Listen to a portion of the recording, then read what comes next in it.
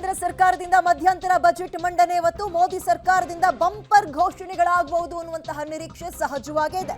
6ನೇ ಬಾರಿಗೆ ಬಜೆಟ್ ಮಂಡಿಸ್ತಾ ಇದ್ದಾರೆ ನಿರ್ಮಲಾ ಸೀತಾರಾಮನ್ ಅವರು. ಮೊರಾರ್ಜಿ ದೇಸಾಯಿ ಅವರ ಬಳಿಕ ಸತತವಾಗಿ 6ನೇ ಬಾರಿಗೆ ಬಜೆಟ್ ಮಂಡಿಸಿದಂತಹ ಸೀತಾರಾಮನ್ ಅವರು ಇವತ್ತು ದಾಖಲೆಯನ್ನು ಬರೀತಾರೆ. ಒಬ್ಬ ಹೆಣ್ಣುಮಗಳಾಗಿ ಮೋದಿ ಸರ್ಕಾರದಿಂದ ಬಂಪರ್ ಘೋಷಣೆಗಳಾಗಬಹುದು ಅನ್ನುವಂತಹ ನಿರೀಕ್ಷೆ ಇದೆ. ಸಹಜವಾಗಿ ಬಜೆಟ್, ಅದು ಮಧ್ಯಂತರ ಬಜೆಟ್ ಆಗಲಿ ಪೂರ್ಣ ಪ್ರಮಾಣದ ಬಜೆಟ್ ಆಗಲಿ, ನಿರೀಕ್ಷೆಗಳಂತೂ ಇರುತ್ತೆ. ಯಾವ್ಯಾವ ವಲಯಕ್ಕೆ ಏನೇನು ಕೊಡುಗೆಯನ್ನು ಕೊಡ್ತಾರೆ, ಟ್ಯಾಕ್ಸ್ ಕಟ್ತಾ ಇರೋರ ಕಥೆ ಏನು, ಹೆಚ್ಚಳ ಮಾಡ್ತಾರಾ ಕಡಿಮೆ ಮಾಡ್ತಾರಾ, ಇವೆಲ್ಲವೂ ಕೂಡ ಸಹಜವಾಗಿ ಲೆಕ್ಕಾಚಾರಗಳನ್ನು ಹಾಕೊಳ್ತಾ ಇರ್ತಾರೆ. ಅದು ಅಲ್ಲದೆ ಈ ಸಲ ಹೊಸ ಸಂಸತ್ ಭವನದಲ್ಲಿ ಮೊದಲನೇ ಬಾರಿಗೆ ಆಗ್ತಾ ಇರುವಂತಹ ಬಜೆಟ್ ಕೂಡ ಇವತ್ತು ಮಂಡನೆ ಮಾಡ್ತಾ ಇದ್ದಾರೆ.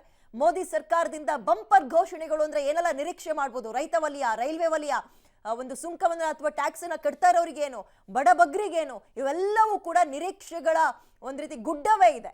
ಮಧ್ಯಂತರ ಬಜೆಟ್ ಆದ್ರೂ ಕೂಡ ನಿರೀಕ್ಷೆಗಳಿಗೇನು ಕಡಿಮೆ ಇಲ್ಲ.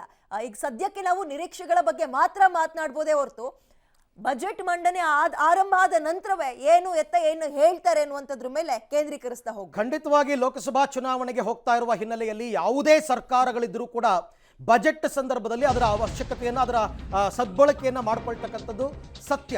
ಹಾಗಾಗಿ ಲೋಕಸಭಾ ಚುನಾವಣಾ ಹೊಸ್ತಿಲಿನಲ್ಲಿ ಸಿಗಲಿದೆಯಾ ಬಂಪರ್ ದೇಶವಾಸಿಗಳಿಗೆ ಅಂತಕ್ಕಂತಹ ಪ್ರಶ್ನೆ.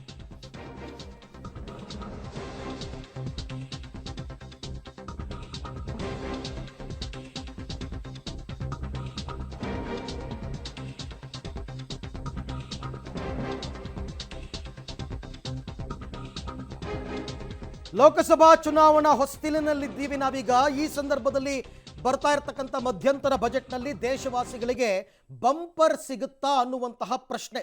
ಬಜೆಟ್ನಲ್ಲಿ ದೇಶವಾಸಿಗಳಿಗೆ ಮೋದಿ ಹೊಸ ಗ್ಯಾರಂಟಿಗಳನ್ನು ಘೋಷಣೆ ಮಾಡ್ತಾರಾ? ತೀವ್ರ ಕುತೂಹಲ ಮೂಡಿಸಿದೆ ನಮೋ ನಯಾ ಬಜೆಟ್.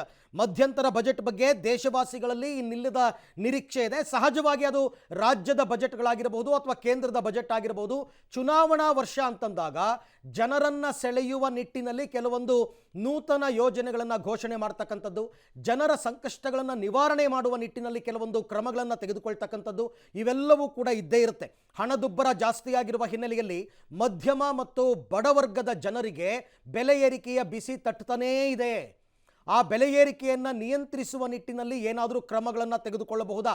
ಅಡುಗೆ ಅನಿಲ ಆಗಿರಬಹುದು ಅಥವಾ ಆಹಾರ ಸಾಮಗ್ರಿಗಳಿರಬಹುದು, ದವಸ ಧಾನ್ಯಗಳಿರಬಹುದು, ಇವುಗಳ ಬೆಲೆ ನಿಯಂತ್ರಣಕ್ಕೆ ಸಿಗ್ತಾ ಇಲ್ಲ. ಅದನ್ನು ಕಡಿಮೆ ಮಾಡುವ ನಿಟ್ಟಿನಲ್ಲಿ ಕೇಂದ್ರ ಸರ್ಕಾರ ಏನಾದರೂ ಒಂದು ಕ್ರಮ ತಗೊಳ್ಳುತ್ತೆ ಅಂತಕ್ಕಂಥ ಆಶಾಕಿರಣ ಜನರ ಮನಸ್ಸಿನಲ್ಲಿದೆ. ಇದರ ಜೊತೆಗೆ ನನಗೆ ಗೊತ್ತಿಲ್ಲ, ಪೆಟ್ರೋಲಿಯಂ ಪ್ರಾಡಕ್ಟ್ಸ್, ಪೆಟ್ರೋಲ್ ಮತ್ತು ಡೀಸೆಲ್ ರೇಟ್ ಕಡಿಮೆ ಮಾಡ್ತಾರೆ ಅಂತಕ್ಕಂಥ ಗುಸುಗುಸು ಈಗ 1 ತಿಂಗಳ ಹಿಂದೆ ಸಾಕಷ್ಟು ಚರ್ಚೆಗೀಡಾಗಿತ್ತು. ಆಗ ಕೇಂದ್ರ ಸರ್ಕಾರ ಅಲ್ಲಗಳೆದಿತ್ತು. ಬಟ್ ಈ ಸಾರ್ತಿ ಏನಾದರೂ ಆಗಬಹುದಾ ಅಂತಕ್ಕಂಥ ನಿರೀಕ್ಷೆ ಕೂಡ ಇದೆ. ಇನ್ನು ತೆರಿಗೆದಾರರು, ಮೊದಲನೇದಾಗಿ GST ಹೆಚ್ಚು ಕಡಿಮೆ ಒಂದು ಸ್ಟ್ರೀಮ್ ಲೈನ್ ಆಗೋಗಿದೆ. ಹಾಗಾಗಿ GST ವಿಚಾರದಲ್ಲಿ ತುಂಬ ತಲೆಕೆಡಿಸ್ಕೊಳ್ಳೋಕ್ಕಿಲ್ಲ. ಆದರೆ ಆದಾಯ ತೆರಿಗೆ, ಇನ್ಕಮ್ ಟ್ಯಾಕ್ಸನ್ನು ಕಟ್ತಾ ಇರ್ತಕ್ಕಂಥವ್ರಿಗೆ ಅದರ ಮಿತಿಯನ್ನು ಏರಿಕೆ ಮಾಡ್ತಾರ 5 ಲಕ್ಷದಿಂದ ಮೇಲಕ್ಕೆ ಅಂತಕ್ಕಂಥ ಒಂದು ನಿರೀಕ್ಷೆ ಕೂಡ ಇದೆ.